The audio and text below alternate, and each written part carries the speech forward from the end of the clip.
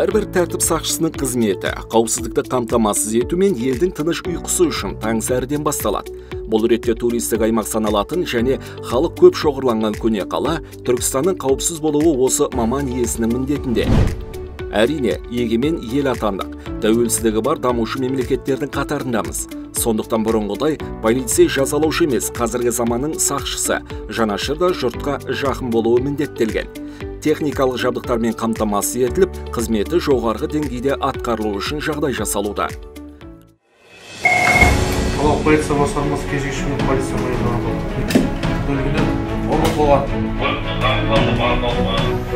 сөзімізге дәлел, бүгінгі таңда адам өлтіру, бопсалау, тонау, ұрлау, бұзақылық көшеде жасалған қылмыстар азайған.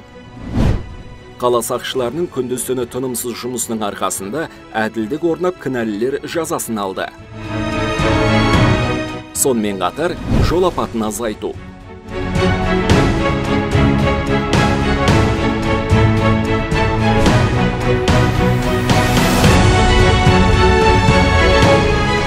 Қазақстан Республикасы Ішкі істер министрінің бұйрықтарын бұлжытпай іске асыруды күн тәртібіне қойған іскер басшы полиция генерал-майоры Мұрат Талапұлы Қабденовтың тікелей қадағалауымен Түркістан қаласындағы полиция басқармасына тағайындалған Бауыржан Жанаев бүгінгі таңда халықтың қауіпсіздігін қамтамасыз ету үшін жеке құраммен жұмыла әрекет етуде.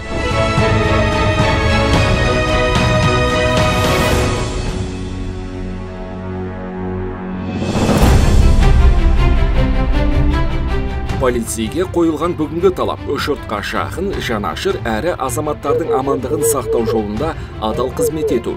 Ендеше қасиетті қаланың сақшыларына қиында, қауіпті қызметте әрқашан сәттілік серік болып, отбасына дін аман оралуларын тілейміз. Елдегі бейбіт өмірдің тұрақтауы мен тұрғындардың тыныш ұйқысы жолындағы қалтқысыз қызметтеріңіз елене берсін.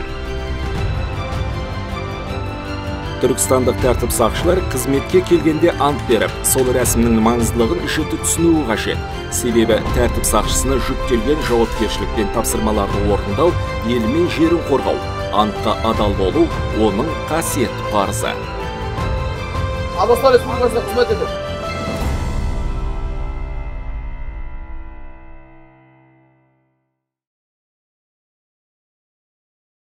Мен Қазақстан Республикасы ішкі істер органының қызметкері. Қазақстан Республикасының халқы мен президентіне адал болуға, Қазақстан Республикасының конституциясы мен заңдарын сақтауға, азаматтардың құқықтары мен бостандығын, мемлекет мүдделерін қорғауға, маған жүктелген міндеттерді адал орындауға салтанатты түрде ант етемін.